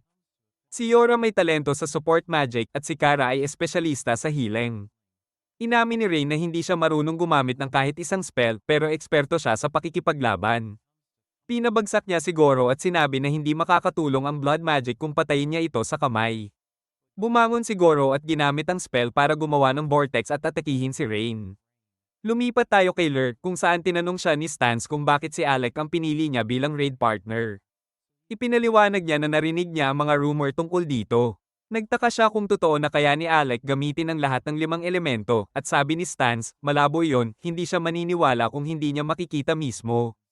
Hindi rin niya pinaniniwalaang si Alec ang nag-set ng record sa floor 68 sa dungeon sa kapital, pero biglang pumasok si Mabel at sinabi na nag-isa pumasok si Olivia sa labyrinth. Sinabi niya na huwag mag-alala dahil hinahabol na siya ni Alec at ng kanyang mga kaibigan, pero napansin ni Stans na nasira ang kanyang plano dahil naghihintay siya ng tamang pagkakataon para atakihin ang Shadow Guild. Tinanong niya kung kaya ni Alec gamitin ang lahat ng 5 elemento at sinabi ni Mabel na nakita lang niyang gamitin ito ang fire at lightning. Nagtaka si Lurk kung iyon lang ang kayang gamitin ni Alec pero sabi ni Stans baka tinatoggle niya ang kanyang kapangyarihan at dapat hanapin siya sa labyrinth dahil alam niyang delikado ang lugar. Bumalik tayo kay Rain, malapit nang masunog pero biglang dumating si Alec para iligtas siya at ginamit ang reflect spell para ibalik ang apoy. Sinabi ni Rain na perfect ang timing niya at natuwa siyang makita sina Kara at Olivia pero na-realize niyang buhay pa rin si Goro. Alam ni Olivia na gumagamit ito ng blood magic na napakahirap labanan at sinabi ni Rain sa lahat na nakidnap si Yora. Napansin ni Rain na kasabuhat ng Shadow Guild ang Blade Master na ikinagulat ni Olivia pero nagtaka si Kara kung bakit nila dinala si Yora. Sinabi ni Rain sa iba na hanapin siya habang siya naman ang haharap kay Goro pero biglang tinamaan siya ni Kara at ginamit ang healing spell para pagalingin siya. Kinuha niya ang bracelet ni Rain at sinabi kay Alec na tulungan siyang talunin si Goro na ginamit ang kanyang apoy para atakihin sila pero muling ginamit ni Alec ang reflect spell. Tumakbo sina Kara at Olivia palayo kay Goro at inirecall ni Rain ang kanyang spear, sinabi kay Alec na wala siyang laban sa reflection magic niya. Nakita natin sina Stans at ang iba sa dungeon habang pinag-uusapan ng Demon Cultist sa Shadow Guild na may mga seal sa katawan. Nalaman natin na ang kanilang mga leader ay tinatawag na title bearers at sinabi ni Stans na delikado sila dahil handa silang isakripisyo ang anuman para lumakas. Inactivate ni Goro ang sorcery seal niya na nag-transform sa kanyang katawan at bigla niyang kinitil si Rain. Ngunit nag-summon si Alec ng lightning, kaya tumalon si Goro at nakaiwas sa mga thunderbolt ni Alec. Napansin ni Rain na sobrang bilis ni Goro, kaya gumawa siya ng malaking magic circle sa ibabaw niya at pinasabog ito gamit ang lightning. Dumyugo si Goro habang sumisigaw sa sakit pero ginamit niya ang magic para gawing mana ang kanyang dugo at ipinaliwanag na hindi kayang patayin siya ng mga atake ni Alec dahil hindi siya mamamatay hanggat may dugo pa siya. Ginamit niya ang kanyang blades para umatake, kaya gumawa si Alec ng barrier para pigilan sila, ngunit nagawa ni Goro na sirain ito. Biglang lumitaw si Rain sa likod niya, kaya umatake si Goro at nagsimulang super reinforce si Rain na narealize niyang hindi niya kayang sabayan ang bilis nito. Muling nanlait si Goro kay Rain dahil tinawag niyang genius fighter pero wala itong laban sa kanya. Habang bumabagsak si Rain sa lupa, ipinakita ni Goro na isa siyang title bearer dahil kaya niyang lampasan ang kanyang limitasyon. Nagbanta siyang patayin si Rain kung susubukan ni Alec ang anuman pero biglang tinusok siya ni Rain at pinapaso ang dulo ng spear niya. Sa isa pang flashback nakikita si Rain na nakikipaglaban sa isang batang mabilis siyang natalo at sinabing hindi niya kailanman mapagtatagumpayan ang isang henyo. Nangako si Rain na lalampasan niya ito at nag-ensayo ng husto para maging malakas. Ngunit isang araw, na-realize niyang nagkasakit ang bata. Galit siya dahil hindi na sila makakalaban muli. Pero sinabi ng bata na ituring na panalo na siya at pwede nang tawagin ang sarili niyang henyo. Bumalik sa kasalukuyan, ipinagpatuloy ni Rain ang laban kay Goro at naglabas ng butas sa dibdib nito, sinasabi na palaging magiging henyo siya kahit anong sabihin ng iba. Lumipat tayo kay Mal na nakarating sa dulo ng labyrinth kasama ang lalaking dinadala si Yora at binuksan nila ang isang malaking pinto na nagdadala sa pinakamababang bahagi ng dungeon. Umaakyat sila sa hagdan at nakita ang dungeon core. Nang kunin ito ng lalaki, sinabi niyang sa wakas na hanap na niya ang hinahanap niya. Bumalik tayo kay Rain habang ginagamit ni Alec ang ignition spell para sindihan siya at umatake kay Goro gamit ang burning spear. Naputol niya ang braso ni Goro at sinasabi na hindi makakahil ito dahil nasunog ang dugo niya pero nawala ang epekto ng ignition spell. Ginamit muli ni Alec ito at napalakas si Rain laban kay Goro, sinasabi na hindi pa niya nalampasan ang taong hinahangaan niya. Nais niyang patunayan ang lakas ng kaibigan niya sa pamamagitan ng pagtalong lahat ng kalaban nito. Naglunsad siya ng sunod-sunod na atake na naghiwa sa katawan ni Goro at nagpasalamat si Rain sa kanya sa mahusay na laban. Sinabi ng lalaki kay Yora na hawak niya ang dungeon core pero biglang umatake si Mal at sinabi na sawa na siyang makinig sa kanya. Sinabi niya na hindi na niya kailangan ng Shadow Guild dahil hawak na niya ang core. Tinawag niya si Yora na Seeker pero wala itong ideya kung ano ang ibig sabihin nito. Ipinaliwanag niya na ang isang Seeker ay dapat kayang makita ang Eden, ang lugar kung saan natutupad ang mga kahilingan ng dungeon cores, pero sabi ni Yora na hindi niya pa narinig yon.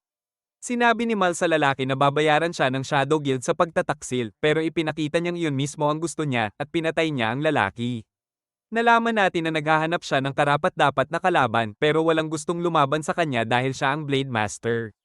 Kaya nagpa siya siyang gumawa ng mga kaaway.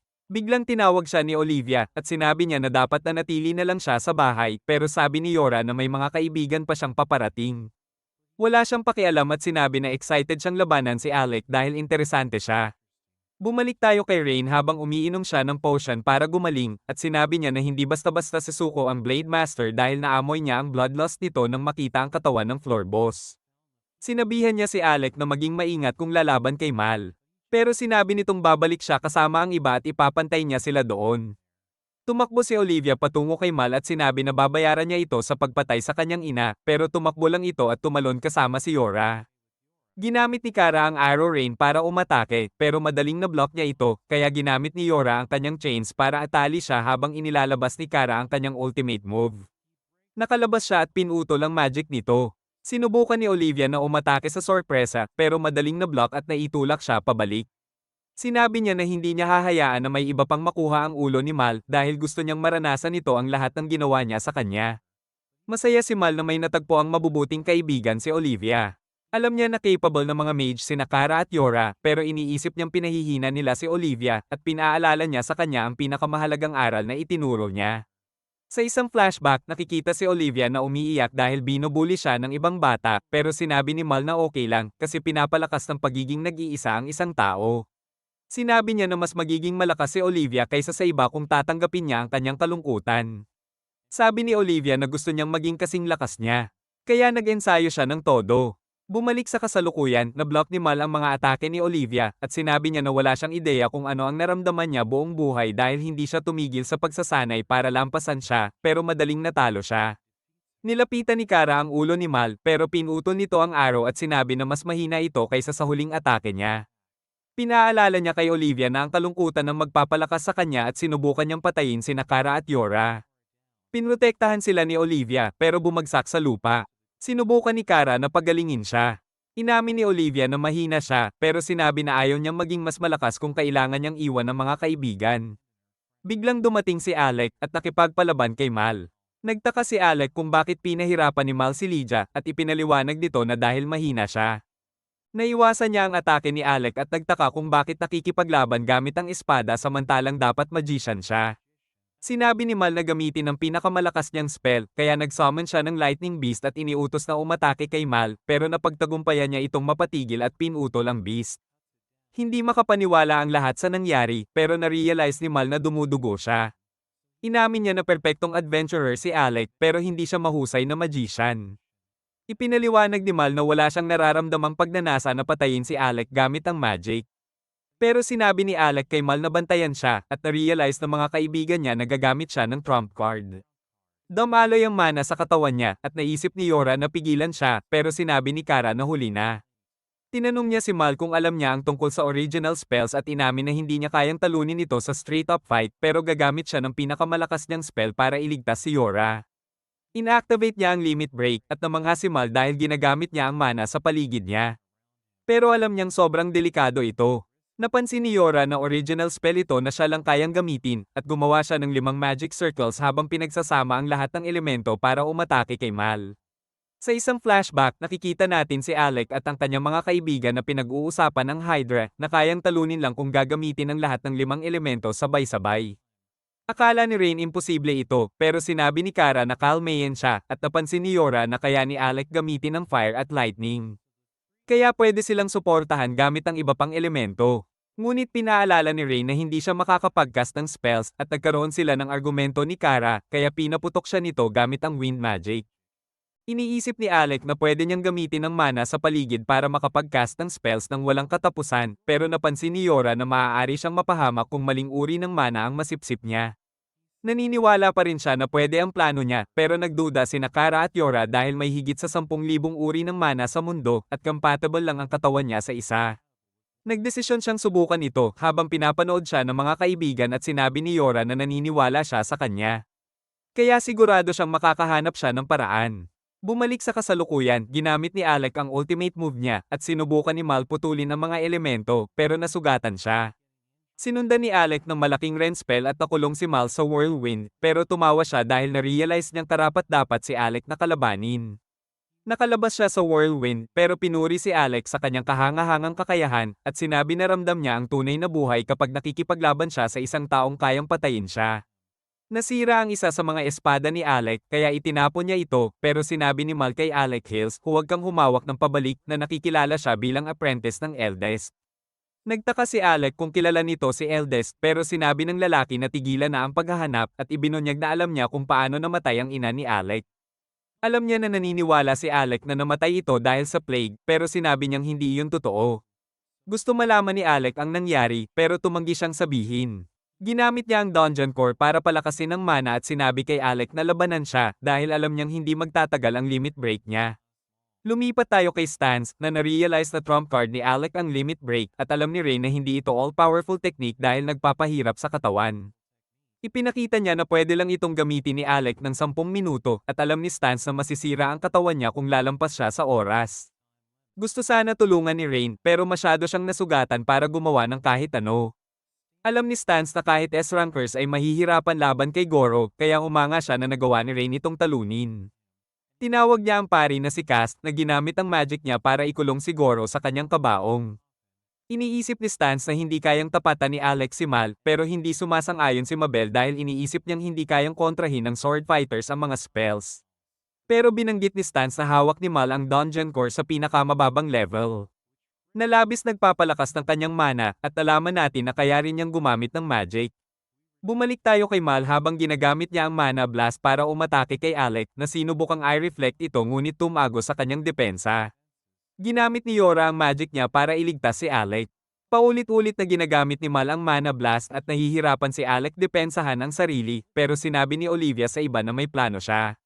Napansin ni Alec na 5 minuto na mula nang i-activate niya ang limit break at nahihirapan pa rin siyang sabayan si Mal. Ginamit ni Yora ang lahat ng mana niya para atali ito gamit ang chains niya. Madali niyang sinira ang mga ito pero ginamit ni Alec ang pagkakataon para i-cast muli ang ultimate spell at umatake kay Mal ng lahat ng kaya niya pero kinontra ito ni Mal gamit ang Mana Blast na nagdulot ng napakalaking pagsabog.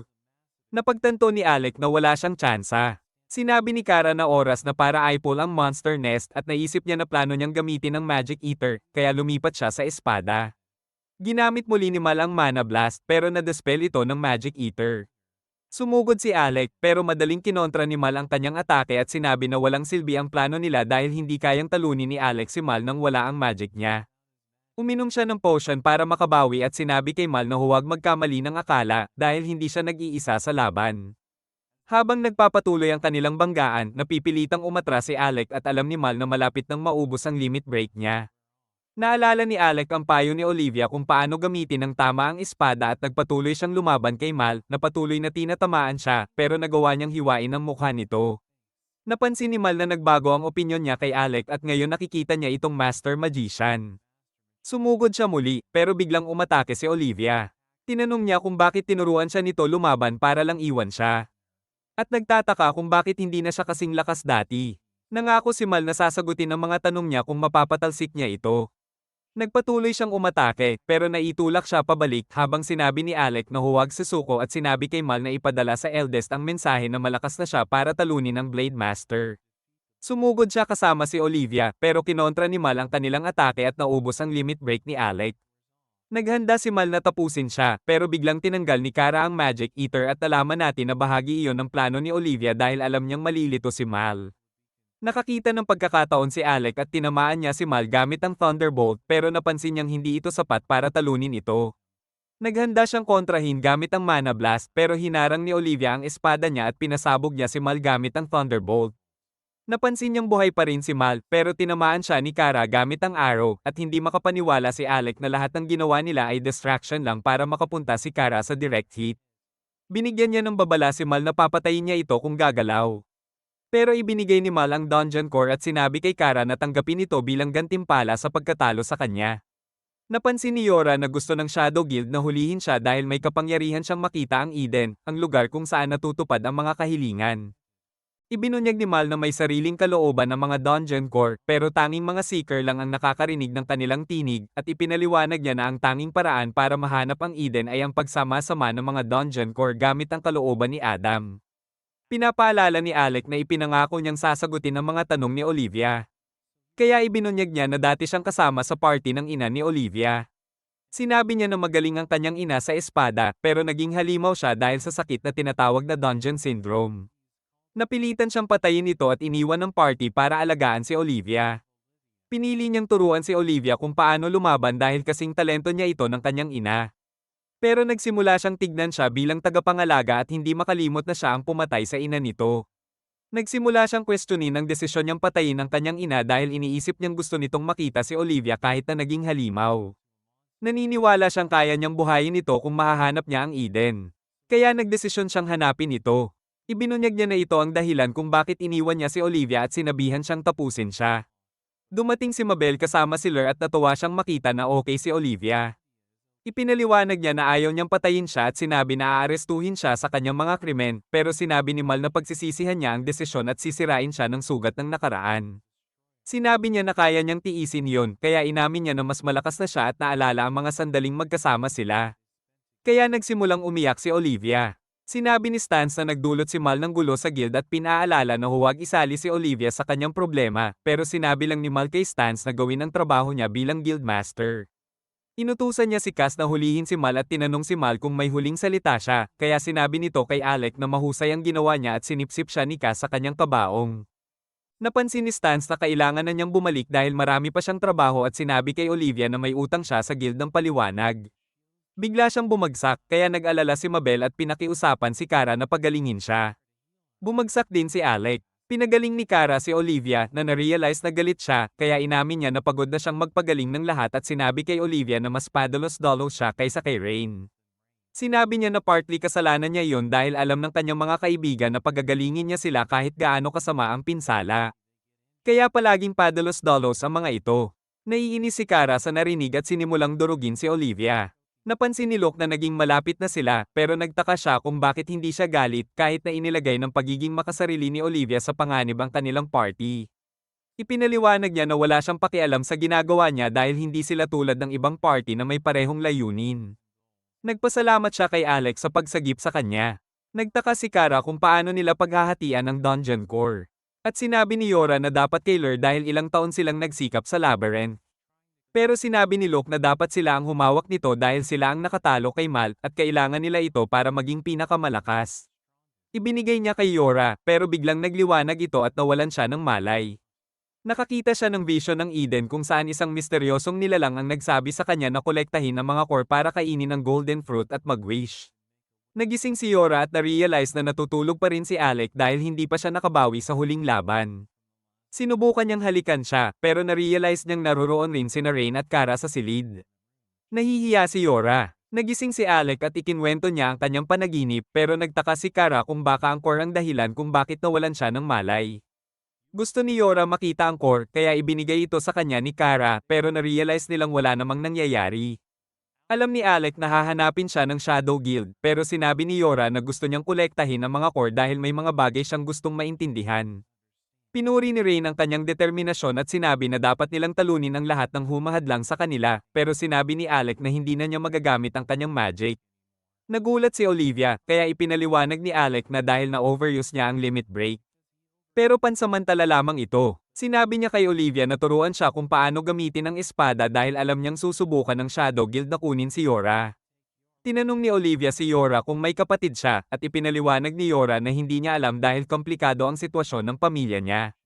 Binanggit ni Olivia na narinig niya ang Shadow Guild na nag-usap tungkol sa isang taong nagngangalang Jiren na maaaring konektado sa kanya. Pinaniniwalaan ni Olivia na kasama siya ng Shadow Guild. Kaya iniisip niyang hanapin ito. Sinabi ni Alec kay Yora na huwag mag-alala dahil lalakas siya para maprotektahan siya. Pagkatapos, nalaman ni Misha na gusto ni Alec mag-practice laban sa ibang tao. Kaya sinabi niya na may perfect na event para sa kanya. Umalis si Alec kasama ang kanyang mga kaibigan at pumunta sa lugar na tinatawag na Red Rogue kung saan gaganapin ang isang martial arts tournament. Malalaman natin na ang champion ay makakatanggap ng Dungeon Core bilang premyo. Excited si Alec at ang kanyang mga kaibigan na sumali. At nagdesisyon silang gawin ang kanilang makakaya para manalo. Dito nagtatapos ang video. Huwag kalimutan mag-like at mag-subscribe sa channel. Salamat sa panonood at magkita-kita tayo sa susunod.